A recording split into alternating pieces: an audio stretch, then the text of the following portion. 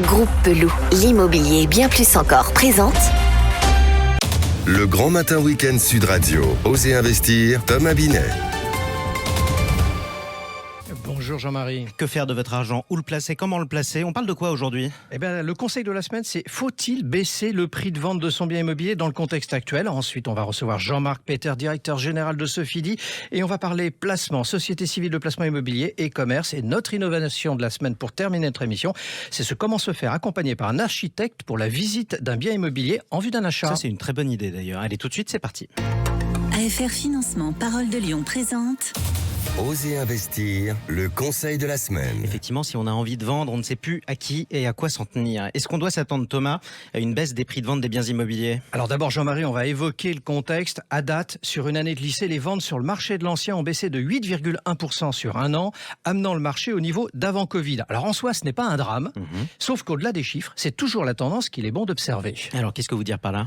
En fait, on risque d'être en dessous du million de transactions d'ici l'été. Cela présage une baisse des prix de vente inéluctablement. Et pour autant, les vendeurs, au moment où nous sommes, ne veulent pas les baisser, ces fameux prix. Ils campent sur leur position et espèrent une reprise du marché. Alors, selon les notaires de France, c'est le mouvement haussier des taux de crédit qui pénalise les emprunteurs. 6 agents immobiliers sur 10 pointent une hausse des ruptures de compromis de vente et 80% des agents immobiliers font face à des vendeurs inflexibles sur la baisse des prix. Les principales victimes de cette situation sont évidemment les primo-accédants à régime modeste. Et c'est toujours sur les mêmes que ça tombe, malheureusement. Est-ce que vous considérez, Thomas, qu'il faille baisser le prix de vente de son bien immobilier actuellement? Alors ça va devenir incontournable dans les mois à venir et assurément l'année prochaine si la situation ne se débloque pas. Alors pas partout, de la même manière, en France ça va être différemment jugé, mais la tendance sera celle-là. Pour que les ventes repartent, il faudrait conjuguer la baisse des prix et conditions d'emprunt plus favorables. Alors sur ce dernier point, c'est ça qui risque de poser problème, car ce n'est pas la volonté des décideurs et des pouvoirs publics d'aller sur ce chemin, bien au contraire, Jean-Marie. Alors du coup, le robinet de crédit ne risque pas de s'ouvrir à grand flot. CQFD, mon cher Jean-Marie, la baisse des prix, c'est pour demain, voire après-demain ou plus tard. Effectivement, en tout cas, c'est pas forcément des perspectives réjouissantes, notamment pour les acheteurs. Merci Thomas. Tout de suite, on accueille votre invité Jean-Marc Peter. Bonjour à vous. Vous êtes le directeur général de Sofidy depuis 1987. Sofidy conçoit et développe des produits d'investissement et d'épargne orientés principalement vers l'immobilier, de commerce et de bureaux. Vous avez un portefeuille, Jean-Marc Peter, qui représente 8,7 milliards d'euros et qui est composé de 5000 actifs immobiliers. C'est considérable. Vous êtes l'invité de Thomas Binet. Bonjour Jean-Marc Peter. Bonjour. Merci d'avoir accepté notre invitation. Alors, Jean-Marc Peter, on vous reçoit aujourd'hui dans un contexte très anxiogène économiquement et très complexe pour le secteur de l'immobilier. On va s'intéresser dans un instant au marché des sociétés civiles de placement immobilier pour savoir si c'est un bon placement pour les Français qui nous écoutent et plus particulièrement au secteur du commerce dans lequel vous êtes présent. Mais avant, je voudrais vous entendre sur un autre sujet. C'est comment jugez-vous justement, moi j'ai évoqué une situation anxiogène économiquement, comment de là où vous êtes, vous la percevez, vous l'estimez? Effectivement, avec la hausse des taux et l'inflation, la situation n'est pas folichonne. Pour autant, il y a un certain nombre de signaux qui ne sont pas forcément mauvais. Il est possible qu'en Europe et singulièrement en France, on évite une récession dans les mois qui viennent. Le chômage est au plus bas en France et en Europe, et on constate aujourd'hui des baisses de prix de l'énergie et des matières premières. Donc c'est une situation contrastée, un peu anxiogène, mais avec des éléments quand même relativement rassurants. Il y a un peu de ciel bleu derrière les nuages, c'est ce que vous voulez nous dire? Après la pluie, le beau temps. Et ça. Jean-Marc Peter, on va parler donc des SCPI, on va venir sur votre secteur, société civile de placement immobilier. Comme je le disais, on est porteur de parts, c'est ça le concept, on n'est pas propriétaire directement d'un bien immobilier pour faire rapide. Comment va ce marché en 2023 2023, est-ce que c'est une bonne année, un bon cru? Alors oui, en 2023, l'immobilier c'est évidemment une classe d'actifs qui est risquée. Pour autant, l'immobilier protège de l'inflation. Évidemment, si l'immobilier est bien placé et dispose d'une capacité de faire passer l'inflation au travers de l'indexation dans les baux. Et donc, à la faveur de cette indexation des baux, en toute logique, et c'est ce qui semble être le cas dès à présent, alors qu'on a commencé une bonne première moitié de l'année, les rendements des SCPI pourraient augmenter du fait justement de l'effet inflationniste sur les loyers. Alors ce qu'il faut rappeler, Jean-Marc Peter, c'est que l'année 2022, c'est une année quand même des records dans le domaine de l'SCPI, parce que je vais quand même donner des chiffres à nos auditeurs, c'est 16 milliards d'euros de collecte, 16 milliards en 2022. Et alors, pour que les gens se rendent bien compte de ce que ça signifie, c'est qu'en 2000, il y a 22 ans en arrière, on avait collecté 500 millions d'euros. Donc c'est un bond dans cette classe. Alors effectivement, le chiffre peut paraître impressionnant, 16 milliards c'est beaucoup, mais ça reste quand même un produit assez confidentiel, puisque si vous prenez ce que les Français investissent en assurance vie, et notamment dans les fonds en euros, c'est 1800 milliards. Donc les SCPI, si vous voulez, c'est 100 milliards, donc c'est 5% de l'investissement des Français. C'est plus confidentiel. Mais c'est une belle dynamique. C'est une belle dynamique, on commence à être connu de plus en plus, mais on existe depuis 60 ans en fait. Jean-Marc Peter, on va parler du domaine du commerce parce que vous êtes très présent dans ce domaine-là et c'est un domaine quand même assez intéressant pour les Français aussi qui nous écoutent. Est-ce que le commerce s'en sort depuis la Covid? Parce qu'on a été très inquiets. Il faut savoir quand même que pendant la Covid, il y a eu des aides aux commerçants, entre autres sur les loyers, quoi qu'il en coûte, etc. Comment ça s'en sort aujourd'hui? Alors, c'est vrai que nous, on est directement connecté au commerce et aux commerçants. On constate qu'effectivement, pendant la Covid, il y a eu beaucoup d'aides qui ont permis à l'essentiel des commerçants de traverser ces crises. Et ensuite, les commerçants ont bénéficié du retour à la vie normale avec une soif de consommation qui a été nourrie par l'épargne importante qui a été constituée par les Français.